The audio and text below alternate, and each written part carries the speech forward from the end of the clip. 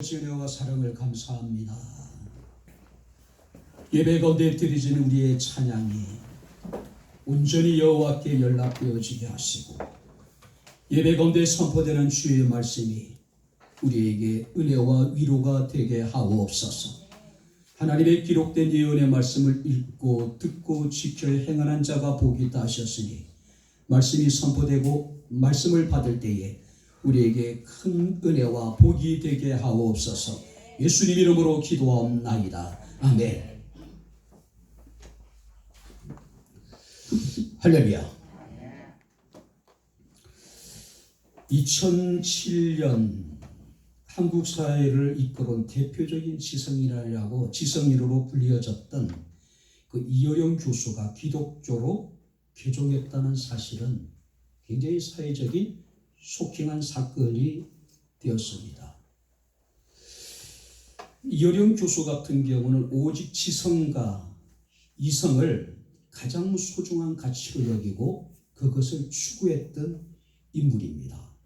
그랬던 그가 영성이라고 하는 것을 발견하고 영성을 추구하는 하나님의 사람으로 바뀌게 되었다는 사실입니다. 이런 여들의 늦은 나이에 세례를 받았습니다. 이효령 교수의 개종이 얼마나 한국 사회에 쇼킹했는지, 그가 개종했다는 그 자체만으로도 우리가 언론의 사회면에 뉴스 기사거리로 등장할 정도로,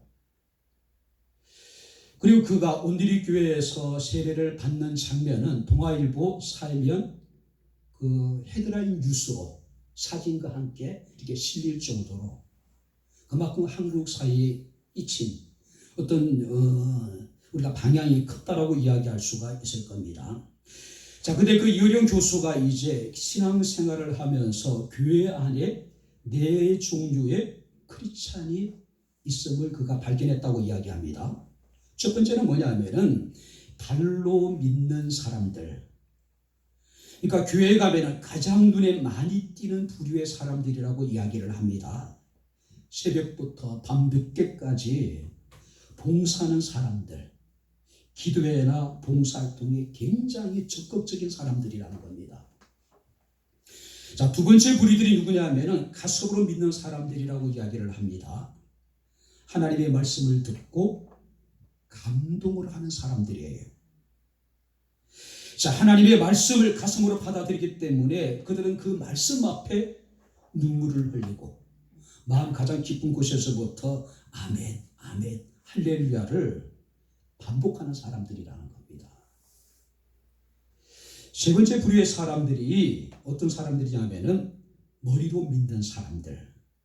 그러니까 발로 걸어보지도 않고 가슴으로 받아들이지도 않고 머리를 굴리면서 어떤 머리로 모든 것을 이해하려고 하는 사람들. 바로 대표적인 인물로 이 이효령 교수는 자기 자신이라고 이야기를 합니다. 그러면서 이런 얘기합니다. 머리로만 우리가 신앙생활 할 경우에 하나님을 절대 만날 수 없다라고 그는 이야기를 합니다. 마지막으로 이제 네 번째 부류의 크리스찬이 어떤 사람들이냐면은 온몸으로 믿는 사람들. 발로, 가슴으로, 머리로만 믿는 것은 늘 부족함을 느끼는 사람들이라는 거죠. 그래서 모든 것을 합쳐서 온몸으로 온전히 하나님을 믿고 따르는 사람들. 그래서 이효령 교수는 그 모델이 바로 예수 그리스도라고 이야기를 합니다. 온몸과 마음과 뜻과 정성을 다해서 주님을 믿고 주를 사랑하고 주를 따를 수 있는 저와 여러분들의 삶이 되어질 수 있기를 주 이름으로 축원합니다. 자, 오늘 이 본문의 배경을 보게 되면은 사무엘상 4장에 블레셋과 이스라엘의 전쟁이 벌어지게 돼요. 근데 전쟁 개전 초반에 이스라엘이 대패를 하게 됩니다. 4,000명의 이스라엘의 군사들이 블레셋 사람들에게 죽임을 당해요. 그러니까 이스라엘이 심각한 위기였어요. 자, 그때 이스라엘 사사가 누구냐면은 엘리라고 하는 사람이었습니다. 근데 그 엘리의 두 아들 홈리가 있었고 비느하스라고 하는 인물이 있었는데 그들 역시도 제사장이었습니다. 자, 이 홈리와 비느하스가 이제 블레셋과의 전쟁을 위해서 이제 군사를 일으키게 되겠죠. 근데 출정을 하면서 그들은 하나님의 궤를 앞세워서 전쟁터에 나가게 돼요. 그러니까 하나님의 궤를 진중에 모신 이유는 단 하나입니다. 하나님께서 우리 가운데 함께 하셔서 이 블레셋과의 전쟁에서 하나님이 이기게 하실 것이라고 하는 막연한 믿음이 있었어요. 이것은 믿음이라기보다는 미신이에요. 미신. 결국 블레셋과의 전쟁이 벌어지게 됩니다. 그 전쟁에서 이스라엘은 대패를 하게 됩니다. 하나님의 궤를 블레셋 사람들에게 뺏기게 되고 그 전쟁에서 엘리 제사장의 두 아들이었던 홈리와 비느하스는 전사를 하게 됩니다. 자, 전쟁터에 자식을 내보내고 하나님의 궤를 그 보낸 엘리 제사장은 어떤 심정이었을까요? 전쟁터에 들려오는 그런 전령들의 보고를 학수고대했을 거예요. 근데 전령의 보고에 의하면은 전쟁에서 크게 패했을 뿐만 아니라 하나님의 궤를 빼앗겼고 엘리 제사장의 두 아들은 전사를 했다는 보고를 받게 됩니다. 자, 엘리 제사장은 하나님의 궤가 뺏겼다는 이야기를 두고 그만 뒤로 나자빠져 가지고 그만 그가 이제 숨을 거두는 엘리 제사장과의 비극이 벌어지게 됩니다. 자, 그리고 이제 그 뺏긴 하나님의 궤는 바로 블레셋 사람들의 어떤 그 아스롯이라든지 가드라든지 에글론 성읍을 이렇게 이제 전전하다가 돌아다니다가 옮겨 다니다가 결국 바로 베스메스라는 지역 이스라엘 땅으로 들어가게 되고 또 베스메스에서 다시 이제 기럇 여아림이라는 곳으로 옮기게 됩니다. 자, 그곳에서 20년 동안 이제 지내게 돼요. 자, 하나님의 궤를 뺏기고 20년. 자, 기럇 여아림이라는 곳에서 하나님의 궤가 머물고 있는 동안에 이스라엘 백성들의 마음속에 어떤 마음이 들기 시작했냐면 성경 말씀을 보니까 온 족속이 여호와를 사모하는 마음을 가지기 시작한 거예요. 바로 그래서 오늘 성경 말씀을 보니까 선지자 사무엘이 자신의 백성들을 이제 불러 모으고 바로 하나님의 궤를 빼앗겼던 사건들을 언급하면서 바로 미스바 대성회, 그러니까 대대적인 이스라엘의 회개 운동을 펼치게 된다는 겁니다. 특별히 우리가 이제 3절 말씀을 보시기 바랍니다. 너희가 전심으로 여호와께 돌아오려거든. 달리 표현하면은 너희가 전심으로 여호와께 돌아오라는 이야기예요. 자, 여기서 전심이라고 하는 것은 모든 너희의 마음을 또 온전한 마음으로 너희가 여호와께 돌아오라는 이야기예요. 자, 하나님의 궤가 뺏기고 이스라엘이 영적으로 암울한 시대를 보낼 수밖에 없었던 이유가 뭐냐면은 이스라엘이 하나님을 버렸기 때문에 그래요. 그들이 하나님을 떠났기 때문에 그렇다는 거죠. 하나님의 선지자를 통해서 말씀하십니다. 너희가 이제라도 전심으로 여호와께 돌아오라는 이야기예요. 하나님과의 온전한 관계 회복을 의미하고 있는 겁니다. 자, 그렇다면 우리의 신앙에 있어서 가장 중요한 신앙의 원리라는 게 있습니다. 그게 뭐냐면은 마음을 다하는 거예요. 전심으로 모든 일을 행하는 겁니다. 온 마음이에요. 온 마음. 우리가 신명기 30장 9절부터 10절 말씀을 보니까 내 마음을 다하며 성품을 다하여 여호와 내 하나님께 돌아오면, 자, 여기 보세요. 하나님께 돌아오되 내 마음을 다하고 성품을 다하여 여호와께 돌아오라는 이야기예요.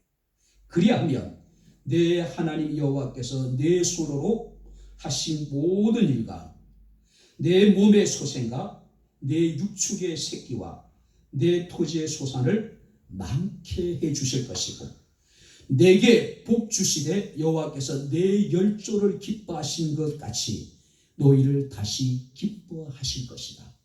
할렐루야. 마음을 다하고 성품을 다해서 여호와께 돌아오기만 하면은 하나님께서 복을 주시되 이스라엘 조상들을 하나님께서 기뻐하신 것처럼 너를 다시 하나님이 기뻐하실 것이라는 이야기예요. 뿐만 아니라 신명기 30장 2절 5절 말씀을 보니까 마음을 다하고 성품을 다하여 여호와의 말씀을 순종하면 내 하나님 여호와께서 마음을 돌이키시고 너를 긍휼히 여기사 내 하나님 여호와께서 너를 흩으신 그 모든 백성 중에서 너를 모으시리니 여호와께서 또 내게 선을 행하사 너로 내 열조보다 번성하게 하실 것이며 우리가 마음을 다하고 성품을 다하여 여호와께 돌아오면은 하나님께서 이스라엘 조상들을 사랑하신 것처럼 그들을 다시 사랑하시고 그들을 기뻐하실 것이고 그들에게 복을 주실 것이다. 뿐만 아니라 그들이 마음을 다하고 성품을 다하여 여호와의 말씀을 순종하기만 하면은 여호와께서 이스라엘 조상들보다 더 하나님께서 너희를 번성하게 하실 것이다. 그래서 우리가 신명기 6장 5절 말씀을 보니까 너는 마음을 다하고 성품을 다하고 힘을 다하여 내 하나님 여호와를 사랑하라고 말씀을 하고 있습니다.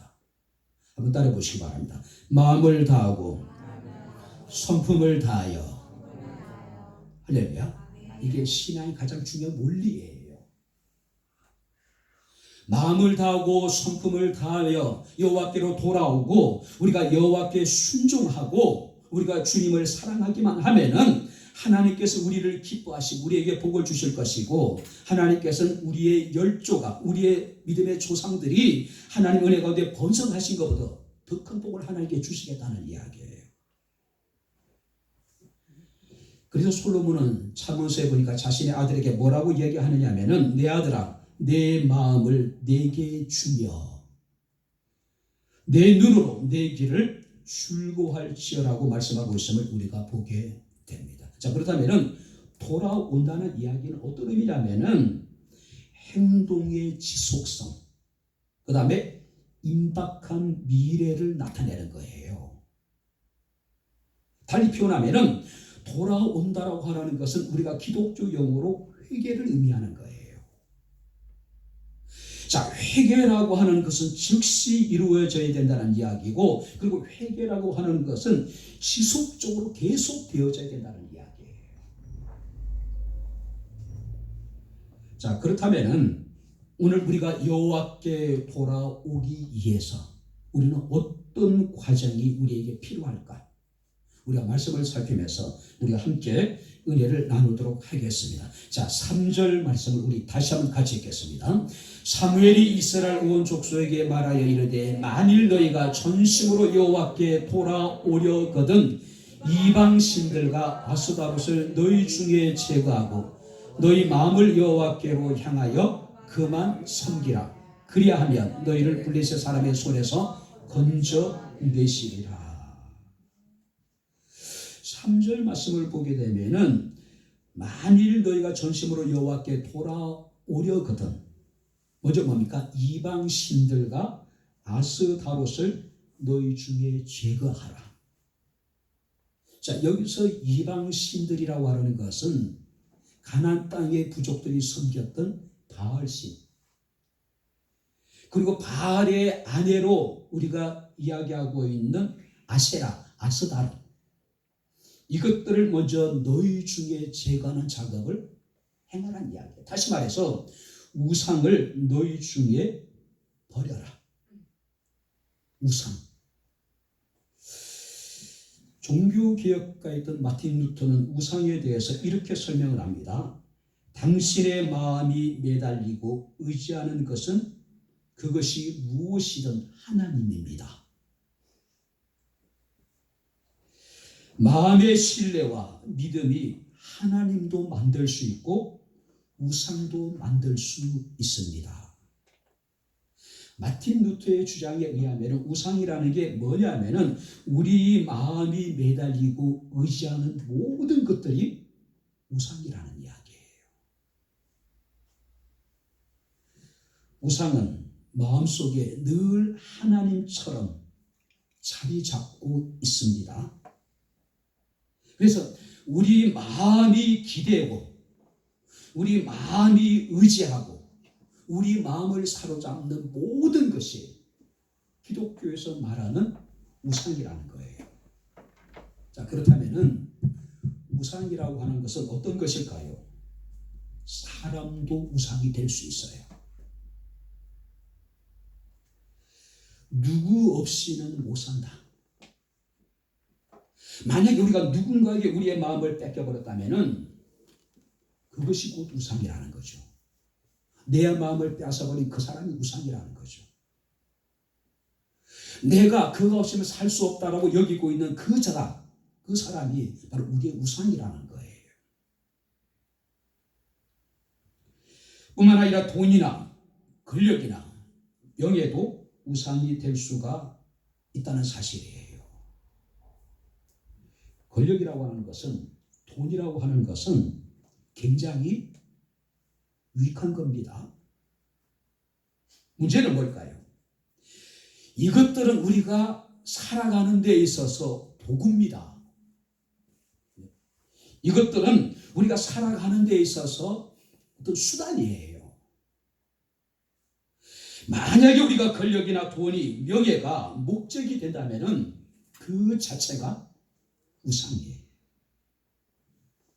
만약에 누군가가 돈의, 명예의, 권력의 인생의 목적을 찾고 그것이 목적이 되고 그것에 인생의 의미를 찾는다면 그것이 만약에 우리의 마음을 뺏어버리다면 그것이 우상이라는 거예요. 뿐만 아니라 자신의 자아가 때로는 우상이 될 수도 있습니다. 지나치게 자기 자신을 사랑하는 것, 지나치게 자기 자신을 확신하는 것. 또 어떤 사람들의 삶의 목적이 뭡니까? 자아의 실현이에요. 그게 뭡니까? 이것이 우상이라는 거죠. 자, 그런데 오늘 사무엘은 이스라엘 백성들에게 이야기합니다. 너희가 전심으로 여호와께 돌아오라고 이야기합니다. 먼저 돌아오기 위해서는 어떤 과정이 필요합니까? 너희의 모든 우상들을 제거하라는 이야기예요. 자, 여기서 제거한다는 의미는 히브리어로 하시루라고 하는 단어를 사용하는데 방해되는 요소들을 철저하게 제거한다. 그러니까 신앙에 방해가 되는 요소들이 있을 수 있잖아요. 우리가 하나님과 온전한 관계를 회복하는 데 있어서 방해되는 것이 분명히 있단 말이에요. 이런 것들을 완전히 제거하라. 왜냐하면 결코 그것을 제거하지 아니하고는 우리가 하나님 앞에 온전히 돌아온다는 것은 불가능한 거예요. 종이 두 주인을 섬길 수 없습니다. 우리가 하나님과 우상을 겸하여 섬길 수가 없는 거예요. 그죠? 창세기 34장부터 35장에 보니까 야곱의 가정의 위기가 찾아옵니다. 자, 야곱은 형을 속이죠. 아버지를 속입니다. 결국 이 야곱은 형의 낯을 피하여 외삼촌이 사는 밧단 아람이란 지역으로 도망을 가요. 단순한 도망이 아니라 이건 국경을 넘어가는 망명이에요. 그죠? 자, 그곳에서 20년 동안 야곱은 생활을 하게 됩니다. 자, 그때 이 야곱이 이제 아버지 집을 떠나서 밧단 아람이라는 지역으로 가다가 베델이라는 곳에 머물게 되죠. 거기서 하나님을 만나게 됩니다. 야곱이 하나님 앞에 서원을 해요. 하나님 나를 평안히 아버지 집으로 다시 돌아오게 하시면은 이곳이 하나님의 집이 될 것이고 그 베델에 하나님은 나의 하나님이 될 것이고 내가 하나님 앞에 모든 10의 1조를 하나님 앞에 드리겠습니다. 서원을 해요. 근데 20년 동안 외삼촌과 함께 머무는 동안에 하나님이 야곱과 함께 하셨습니다. 그리고 야곱이 다시 이제 고향으로 돌아오는데 약복강에서 그 형 에서를 만나게 되죠. 하나님께서 에서의 마음을 감동시켜 줍니다. 그래서 야곱이 이제 모든 문제가 해결이 돼요. 근데 야곱이 행한 곳은 어디였습니까? 하나님 앞에 서운했던 베델이 아니라 세겜이라고 하는 성읍에 거류하게 돼요. 이것에 정착을 합니다. 근데 그곳에서 야곱의 딸이었던 디나가 세겜성의 추장의 아들에게 강간을 당해요. 자신의 누이가 이방인들에게 강간을 당한 이 사건은 야곱의 아들들에게는 참을 수 없는 분노를 일으키게 되죠. 야곱의 아들들은 거짓으로 혼인 약속을 하게 됩니다. 우리는 할례를 받지 않는 이방 민족과 우리는 통혼할 수 없으니 내가 만약에 내 동생을 아내로 맞이하기 원한다면 세겜성에 사는 모든 남자들이 할례를 받으라는 이야기예요. 그러니까 포경수술을 하라는 이야기예요. 세겜성의 주장은 디나를 정말로 사랑했던 것 같습니다. 그래서 자기뿐만 아니라 세겜성에 있는 모든 남자들이 할례를 받게 돼요.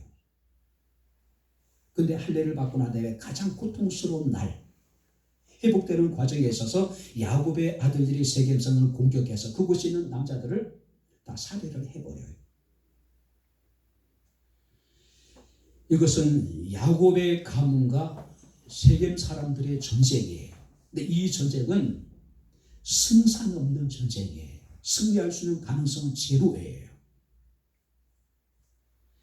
야곱이 두려움에 사로잡혀 있었습니다. 그때 하나님께서 야곱에게 나타나셨습니다. 창세기 30장 1절 말씀을 보게 되면 하나님이 야곱에게 이르시되 일어나 베델로 올라가서 거기 거주하며 하나님께 거기서 제단을 쌓아라. 야곱은 하나님 앞에 자신이 서원한 것을 잊어버렸어요. 하나님이 기억하셨어요. 하나님이 야곱의 보금자리를 어지럽혔습니다. 두려움에 사로잡히게 만들었어요. 극한 공포에 사로잡혔습니다. 하나님이 야곱에 나타나서 일어나 베델로 올라가라고 이야기합니다. 거기서 거주하라고 이야기하고 있어요. 거기서 하나님께 제단을 쌓아서 하나님을 예배하라는 이야기예요.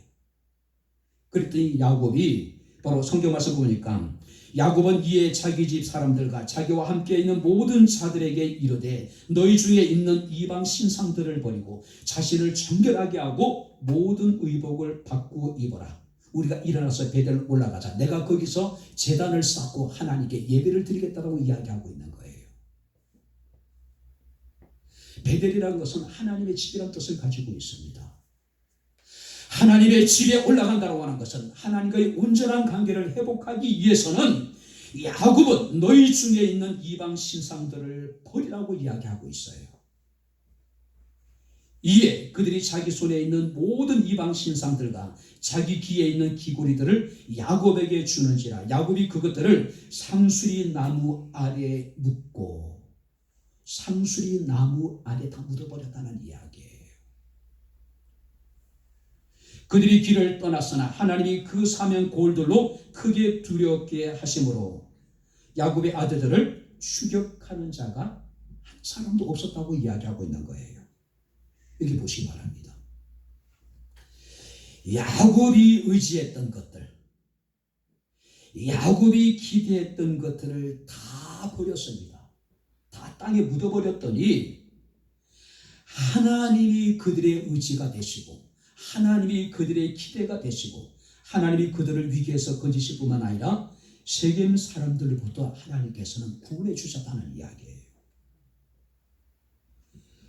내가 이것 아니면 안 된다고 생각하고 있는 것들, 이것만은 절대적으로 내가 놓을 수 없다고 여기고 있는 것들을 놓아버릴 때, 그걸 땅에 묻어버렸을 때에 하나님이 그것들 대신해서 일하시고 하나님이 그것들을 대신 택한 백성들을 하나님이 책임져 주셨다는 이야기예요.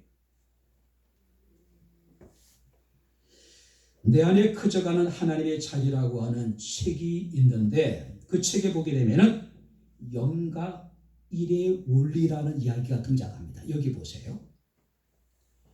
일은 완전수로서 하나님을 의미합니다.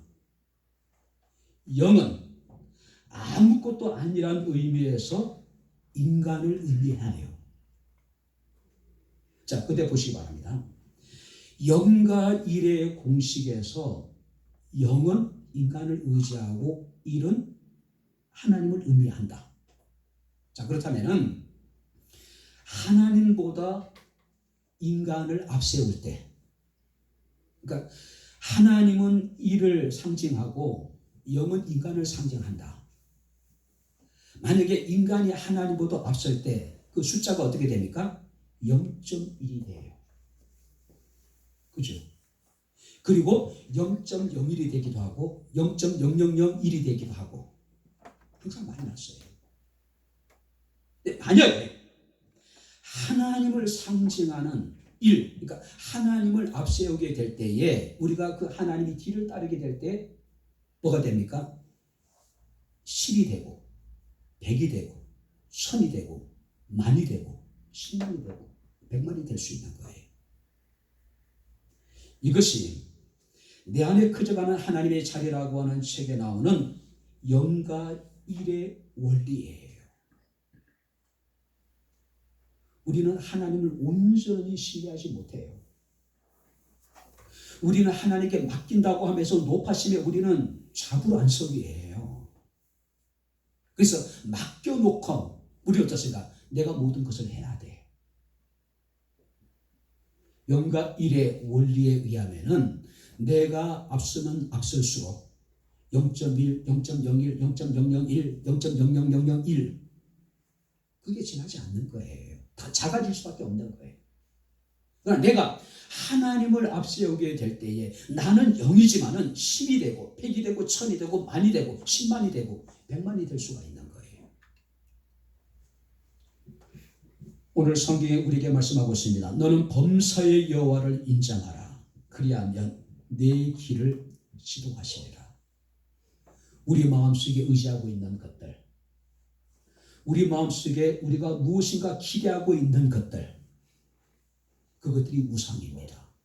우리가 온전히 여호와께 전심으로 돌아가기 위해서는 우리 마음에 있는 모든 우상들을 버려야 된다는 거예요. 묻어버려야 돼요. 두 번째 말씀을 보시기 바랍니다. 3절에 보게 되면은 우리 뭐라고 얘기하냐면 다시 한번 읽겠습니다. 사무엘이 이스라엘 온 족속에게 말하여 이르되 만일 너희가 전심으로 여호와께 돌아오려거든 이방 신들과 아스다롯을 너희 중에 제거하고, 두 번째 뭡니까? 너희 마음을 여호와께로 향하여 그만 섬기라 됐습니다. 너희 마음을 여호와께로 향하라. 우리 마음을 여호와께로 향하라.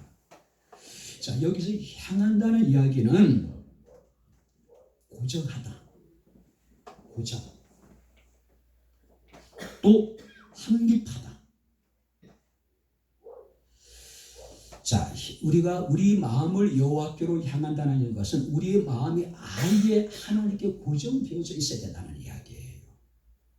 완전히 확립되어져 있어야 된다는 거죠. 왜 우리 마음이 여호와께 고정을 해야 될까요?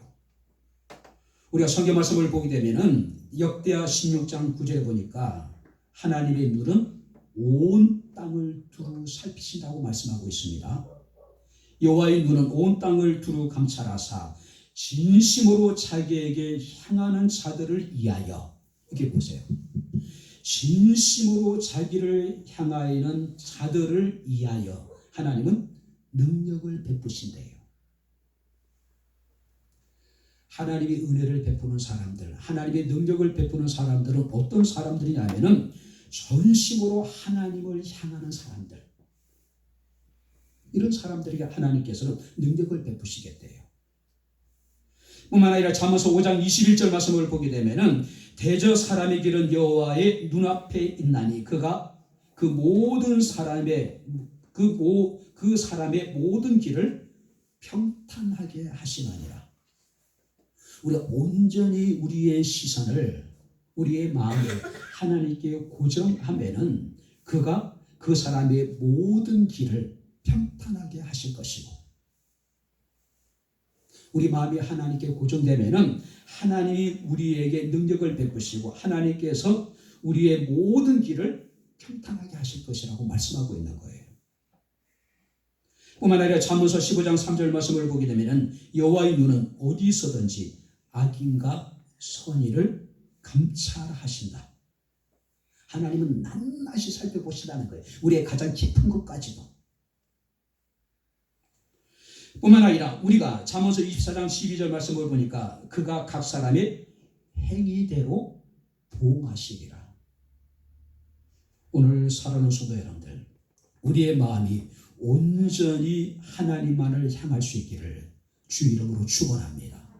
하나님께 고정하면은 하나님께서 그런 자들에게 능력을 베푸시고 그런 자들의 모든 길을 평탄하게 하실 것이고 그런 자들을 하나님께서 감찰하시고 그런 자들에게 그들이 행한 대로 하나님께서는 보응해 주시겠다는 이야기예요. 여러분들이 바다에는 항상 바람이 불죠. 일정한 방향으로 바람이 불 수 있겠죠. 그런데요, 같은 방향으로 바람이 불어도 어떤 배는 동쪽으로 항해를 하고 어떤 배는 서쪽으로 항해를 합니다. 자, 배의 방향을 결정하는 것은 바람이 아니라 돛의 방향이에요. 우리가 돛을 어떤 방향으로 우리가 올리느냐에 따라서 같은 바람이 불어도 어떤 배는 동쪽으로 항해를 하고 어떤 배는 서쪽으로 항해를 한다는 사실이에요. 이것은 하나님의 은혜의 바람도 마찬가지입니다. 하나님의 성령의 바람도 마찬가지예요. 하나님의 능력이 나타났음에도 불구하고 어떤 사람들은 그 바람에 세상으로 밀려가는 사람이 있는가 하면 어떤 사람들은 그 바람을 타고 천국, 우리가 바라는 소원의 항구로 나아가는 사람들도 있다는 거예요. 어렸을 때 어머니 마당에서 키질했던 모습을 이렇게 기억이 나요. 그죠? 키질을 하면 어떻습니까? 알곡은 안쪽으로, 쭉정이는 밖으로 바람에 날려서 날아가요. 같은 흔들림에도 불구하고 어떤 것은 안쪽으로 어떤 것은 바깥쪽으로 밀려난단 말이에요. 오늘 성경 우리에게 이야기하고 있습니다. 우리의 마음을 여호와께로 향하라. 우리가 전심으로 여호와께 돌아오기 위해서는 우리가 하나님과의 온전한 관계를 회복하기 위해서는 우리의 마음이 온전히 여호와를 향해야 된다는 이야기예요. 히브리서 기자는 우리에게 이야기합니다. 믿음의 주여 온전케 하시는 인 예수님을 바라보자. 예수님께 초점을 맞춰야 된다는 이야기예요. 우리의 시선이 예수께 고정되어져 있어야 된다는 이야기예요. 흔히 그런 이야기를 합니다. 속도보다는 방향이 중요하다고요. 자, 먼 길을 떠나는 선원들은요, 그들에게 필요한 것은 시계가 아니라 뭡니까? 나침반이에요. 아무리 우리가 시간을 효율적으로 관리를 하고 아무리 우리가 빠른 속도로 항해를 하더라도 더 중요한 건 뭡니까? 방향성이에요. 방향성. 인생의 시련, 인생의 고난의 폭풍이 불어올 수가 있습니다. 그런데 찬송가 373장 말씀을 보니까 이 풍랑 인연하여 더 빨리 갑니다. 할렐루야. 신앙생활을 하면은 많은 사람들이 마음이 편안하다고 이야기를 해요. 근데요, 늘 평안한 건 아니에요. 늘 우리 인생이 잔잔한 파도를 항해하는 것 같은 그런 삶이 아니에요. 폭풍과 불어오기도 하고 태풍이 불어오기도 하고 거친 파도가 쳐서 우리의 삶을 위기로 몰아넣을 때도 분명히 있습니다. 그런데 인생의 폭풍 앞에서 어떤 사람들은 좌절하고 절망하고 시험에 들어 뒤로 물러가 침륜에 빠져 멸망하는 사람들이 있어요. 하지만 어떤 사람 인생의 폭풍 앞에서 더욱더 하나님께 빨리 나가고 오히려 하나님을 더 친근히 하는 그런 사람도 있을 수 있다는 거예요. 오직 우리의 마음을 하나님께로 향하고 우리의 시선이 우리의 마음이 하나님께 고정되어질 수 있기를 주님 이름으로 축원합니다. 많은 바람이 우리를 혼란스럽게 만들고 우리를 어지럽게 만들 수가 있습니다. 중요한 것은 우리 인생의 돛을 어떤 방향으로 올리느냐가 중요한 거예요. 인생에 바람이 불면은 어떤 세상으로 나가버린 사람이 있는가 하면 인생의 모진 비바람 속에서도 하나님께 나가는 사람도 있다는 거죠. 마지막으로 3절 말씀 보니까 뭐라고 이야기하고 있습니까? 너희 중에 우상을 제거하고 너희 마음을 여호와께로 향하여 그만 섬기라. 한번 따라해 보시기 바랍니다. 그만 섬기라. 하나님만을 섬기라는 이야기예요. 그만 섬기라는 거죠.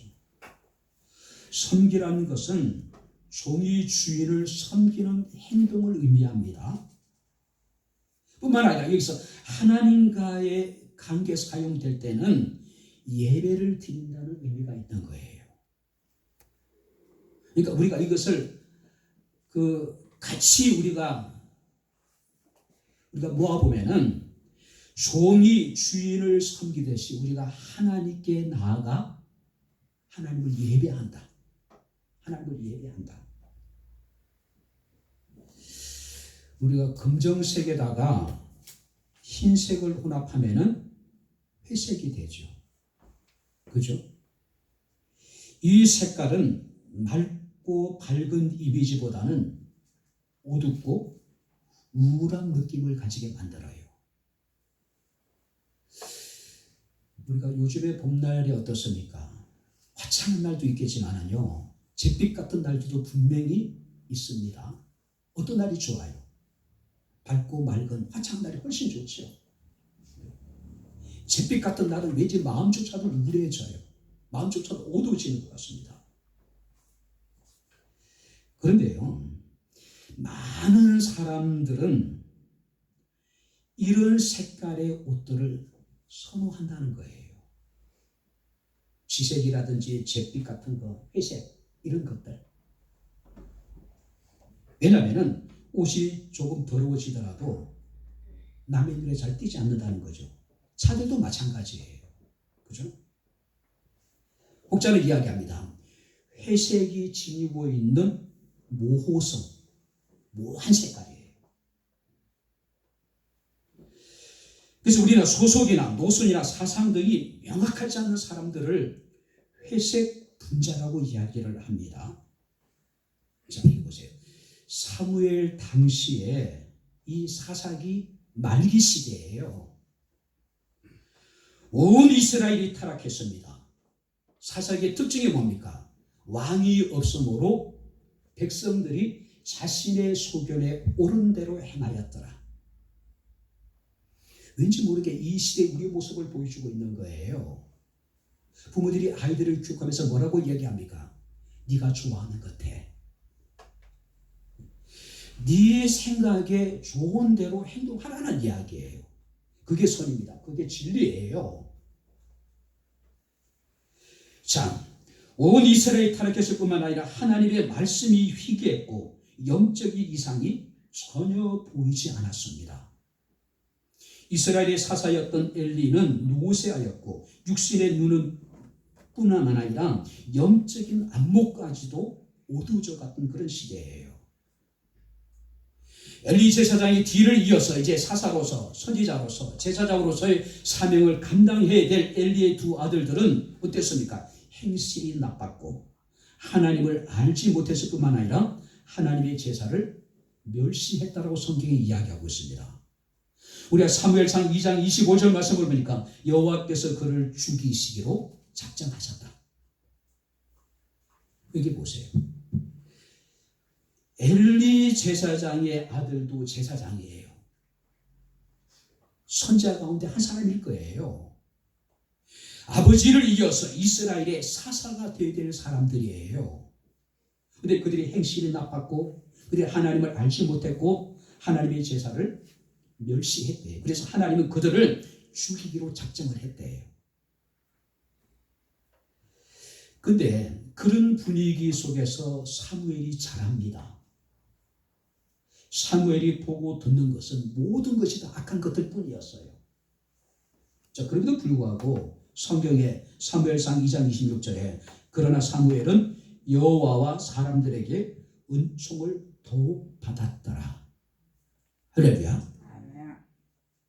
세상이 아무리 타락하고 세상의 사상들이 우리의 정신을 지배하고 있는 그런 시대를 살고 있었지만은 사무엘은 오히려 여호와 사람들에게 은총을 더욱 받았다는 이야기예요.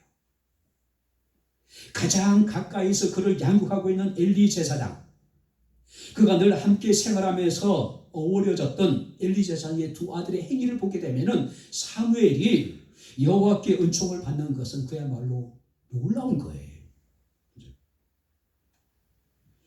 엘리 시대는요, 종교 혼합주의가 만연되어져 있었어요.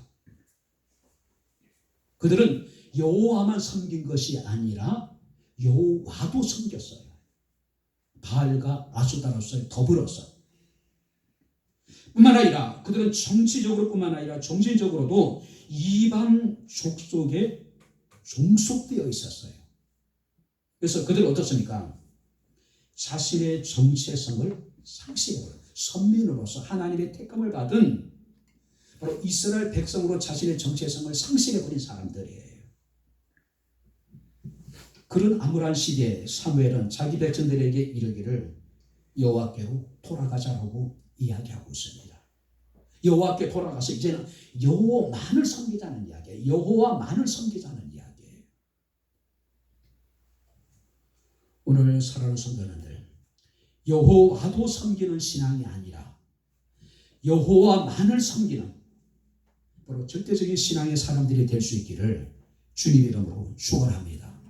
왜냐하면 사도행전 4장에 보게 되면 구원을 얻을 만한 다른 이름을 우리에게 줄 일이 없대요. 바로 기독교의 구원의 유일성을 이야기하고 있는 거예요. 자, 이제 말씀을 정리합니다. 여러분들이 군대에서 사격을 하기 전에 먼저 하는 훈련이 있습니다. 뭡니까? 0점을 잡는 훈련이에요. 사격장에 가게 되면은 저 같은 경우는 9발을 받아요. 3발씩 쏘는 거예요. 여러분들이 타켓트가 있죠. 표지가 있을 거 아니에요. 그 중앙에다 쏘고 이제 사격을 하는 거예요. 근데 0점이라는 게 뭐냐면은 어디에 꽂히든 간에 3발씩 쏜 총탄들이 삼각형을 이루어야 돼요. 근데 한 발은 앞에 맞고 한 발은 중간에 맞고 한 발은 날아가버리고 이러면 0점이 잡힌 총이 아니에요. 꼭 중앙이 아니더라도 병사가 쏜, 군인이 쏜 총알이, 실탄이 삼각형을 이루면은 그 0점이 잡힌 총이에요. 그 총을 가지고 이제 사격하게 되면 정확하게 맞을 수가 있는 거예요. 처음에 3발을 써가지고 확인합니다. 삼각형을 이루고 있는지. 다시 쏘아합니다. 다시 쏴요. 그리고 삼각형이 이루어져 있는지. 그리고 또 쏩니다. 그걸 0점을 잡는다고 이야기를 해요. 그러니까 0점을 잡힌 총을 가지고 이제 사격장인가 사격하다 보면은 정확하게 맞는 거예요. 아무리 최신식 총이라 하더라도 0점이 잡히지 않는 총을 가지고 사격해서는 절대적으로 우리는 목표물을 맞출 수가 없는 거예요. 자, 여기 보시면 영적인 우리가 0점이 우리가 하나님께 맞춰져 있어야 된다는 거죠. 어디를 쏘도 어디를 바라봐도 우리의 마음이 우리의 시선이 하나님만을 향해야 된다는 이야기예요. 성경에 이야기하고 있습니다. 너희가 전심으로 여호와께 돌아오라. 그리하면 너희를 블레셋 사람의 손에서 건져내시리라. 할렐루야. 전심으로 여호와께 돌아와서 우상을 버리고 우리의 마음을 우리의 시선을 하나님께 향하고 오직 여호와만을 섬기면은 하나님이 너희를 블레셋 사람 속에서 건져내실 것이다. 그리고 호세아서 6장 1절 2절 말씀 보니까 오라 우리가 여호와께로 돌아가자고 이야기합니다. 왜냐하면 여호와께서 우리를 찢으셨으나 도로 낫게 하실 것이고 여호와께서 우리를 치셔서나 싸매어 주실 것이고 여호와께서 이틀 후에 우리를 살리시며 셋째 날에 우리를 일으키시리니 우리가 그의 앞에서 살리라. 여호와께로 돌아가기만 하면 하나님 우리를 건져 주실 것이고 하나님 우리를 낫게 하실 것이고 우리의 상처를 싸매어 주실 것이고 하나님 우리를 살리실 것이고 하나님 우리를 일으켜 주실 것이라는 거죠. 바랍니다. 전심으로 여호와께로 돌아갑시다. 우상을 버리고 하나님께만 우리의 시선과 마음을 고정하고 하나님만을 섬기는 우리 백향목회 사랑하는 모든 성도들이 될 수 있기를 주의 이름으로 축원합니다. 기도하겠습니다. 하나님 아버지, 하나님 은혜와 사랑을 진심으로 감사를 드립니다. 타락하고 암울한 시대 속에서 자기의 백성들을 향해서 전심으로 여호와께 돌아가자고 원하는 사무엘의 그 촉구가 오늘 이 시대를 살아가는 우리에게도 들려지게 하옵소서. 오직 우리가 우상을 버리며 오직 우리가 우리의 마음을 하나님께로만 향하며 여호와만을 섬기게 하옵소서. 온전히 그들이 전심으로 여호와께 돌아갈 때 여호와께서 블레셋 사람들의 손에서 이스라엘을 구원하신 것처럼 온전히 여호와께 돌아가서 하나님 은혜를 사모하는 사랑하는 모든 성도들에게 하나님의 은혜가 날마다 충만하게 하옵소서. 예수님 이름으로 기도합나이다. 아멘.